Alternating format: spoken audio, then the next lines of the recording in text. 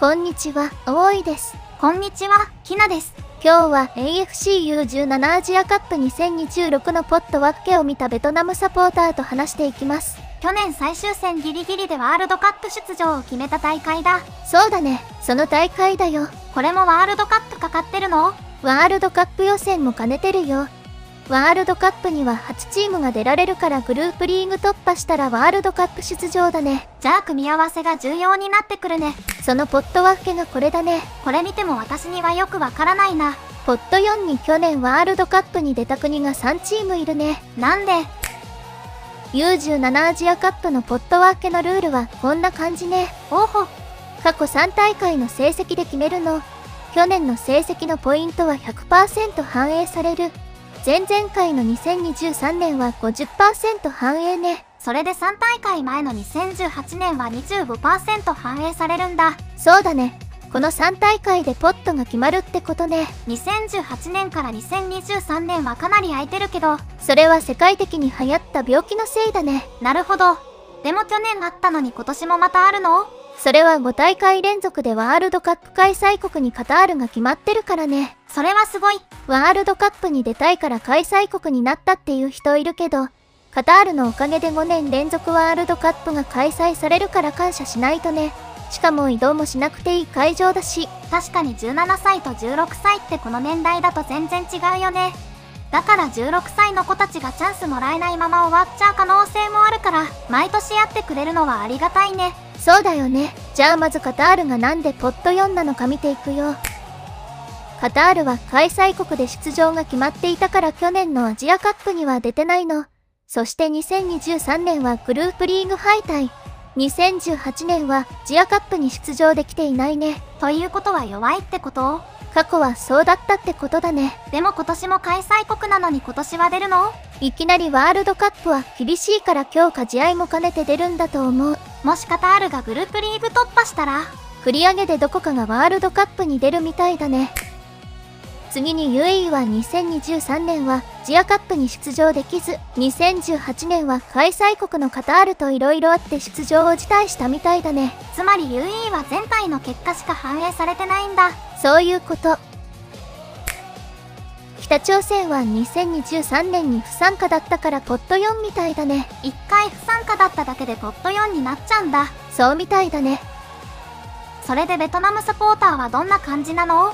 今回はベトナムサポーター代表のミン君とリモートをつないでいます。シンチャオ。シンチャオ。ゴールデンスター戦士への愛なら誰にも負けないよ。今回は U17 アジアカップのポット分けについて、現地のサポーターたちがある異常事態にざわついている様子を紹介するね。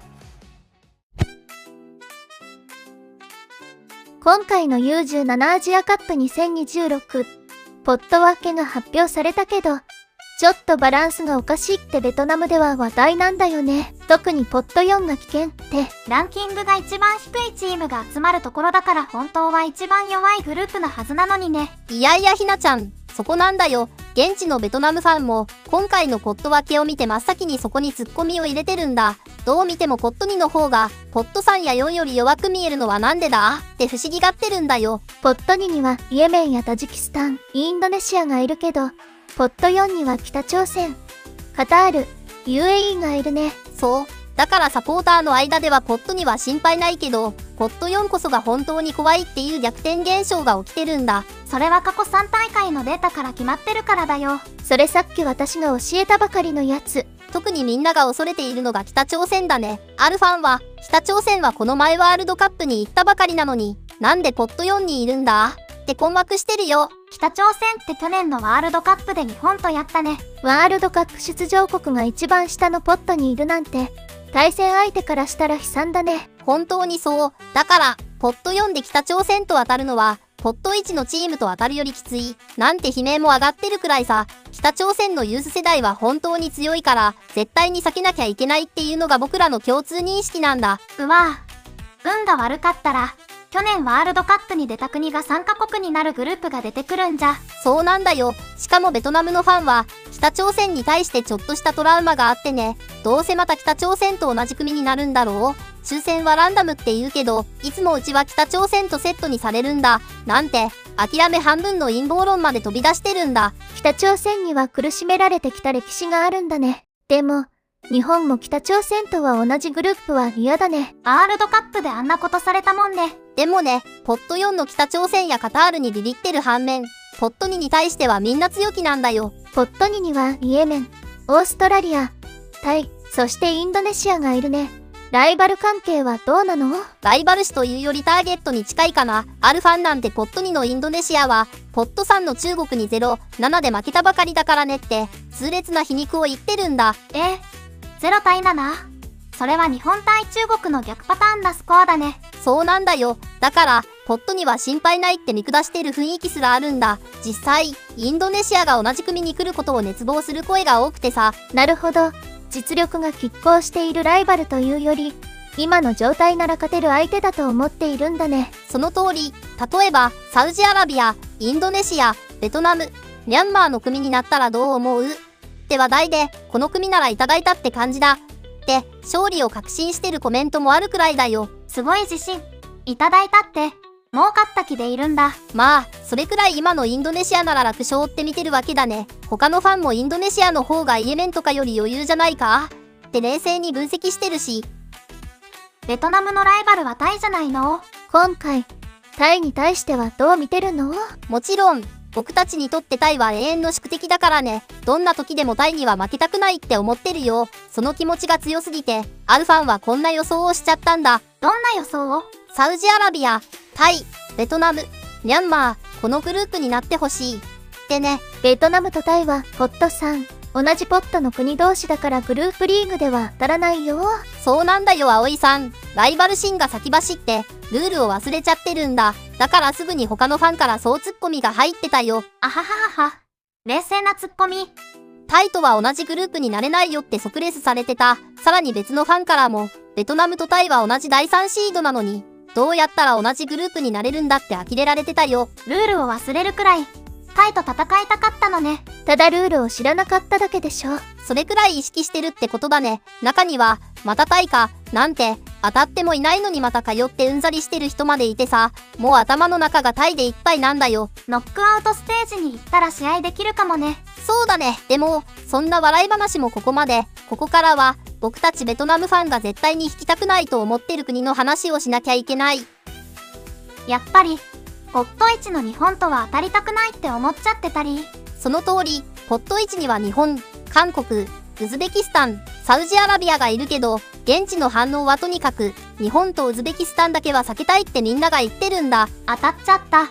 でも、前回日本とベトナムは引き分けだったんだよ。問題はそこじゃないんだ。強い日本と同じ組になるだけでもきついのに、そこにさっき話した最強のポット4、北朝鮮がセットできたらどうなると思う？グループリーグ突破が2チームだから、かなり厳しくなるってこと？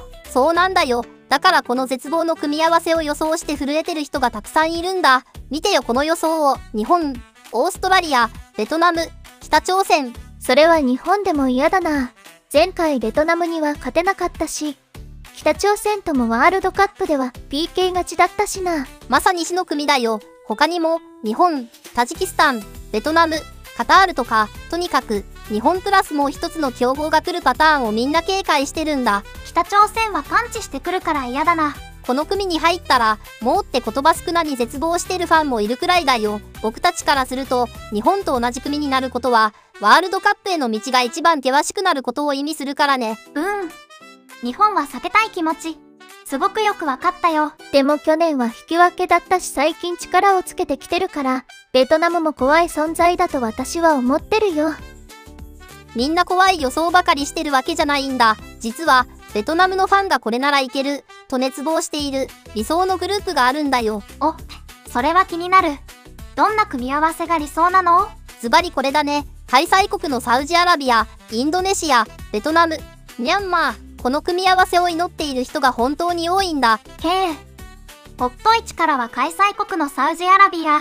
ポット2からはさっき話題に出たインドネシア。そしてポット4からはミャンマーか。そう。ポット1でも日本や韓国やウズベキスタンを避けて、ポット2でもオーストラリアを避けてって、一番都合のいいシナリオだね。でも、アンダー世代はその年ごとに強さって全然違うしわからないよ。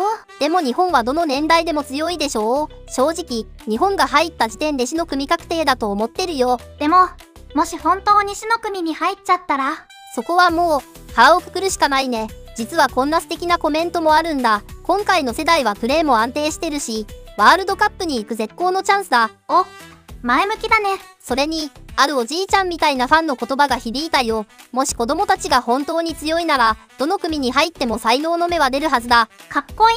どこの組に入っても、実力があれば勝ち上がれるってことだね。その通り、日本と同じ組になったら震え上がるけど、それでも僕たちは全力で応援するだけさ。ゴールデンスター選手たちがサウジアラビアで輝くのを楽しみにしてるよ。どこの組に入っても頑張るしかないね。去年の予選は試合終了数分前までベトナムがワールドカップ出場圏内で、日本が出場圏外にいたんだからアンダー世代は本当にわからないよ。そうだね、抽選会、楽しみに待ってるぞ。それじゃあ、ヘンダップライ。ヘンダップライ。ヘンダップライって何？ベトナム語でまた会いましょうって意味みたいだね。お疲れ。最近ってベトナムも強いんでしょ？ U23 もアジアカップ3位だったし U17 もサポーターは期待してるんじゃないかな。去年の U17 アジアカップの反応集見てたら本当悔しそうだったもんね。それで抽選っていつあるの？ 2月12日16時だね。待って、今日じゃん。というか動画出した時間に始まってるじゃん。そうなんだよね。だから次は同じグループになった国のサポーターと話さないと。この動画出す意味あった？ある。今日はなでしこジャパンのアジアカップのメンバーも発表されてるでしょ？そうなの。動画編集慣れるまでゆっくりやろうと思ったのにゆっくりさせてもらえない。葵ちゃん頑張って。ベトナムと同じグループになったらまたミンくん呼べるからいいんだけどな。アニメーション作るのにもお金かかるんだよね。そう。5秒で約50円。しかも1ヶ月に作れるポイントがなくなって追加でアニメーション作ろうとすると5秒で約100円になるから収益復活してないのに大赤字。5秒で100円って震える。アジアカップが5月7日からだから、その時にも1回動画が見られると信じて出すよ。収益復活するのが早くて4月だもんね。だから同じアニメーションばっかだなって思った人、これは節約よ。収益化復活したらもっとアニメーションの数増やしていくから。4月に収益復活しない可能性もあるんだよね。あるね。そうなったらもう私は闇落ちするわ。ということで、ご視聴ありがとうございました。皆さんありがとうございました。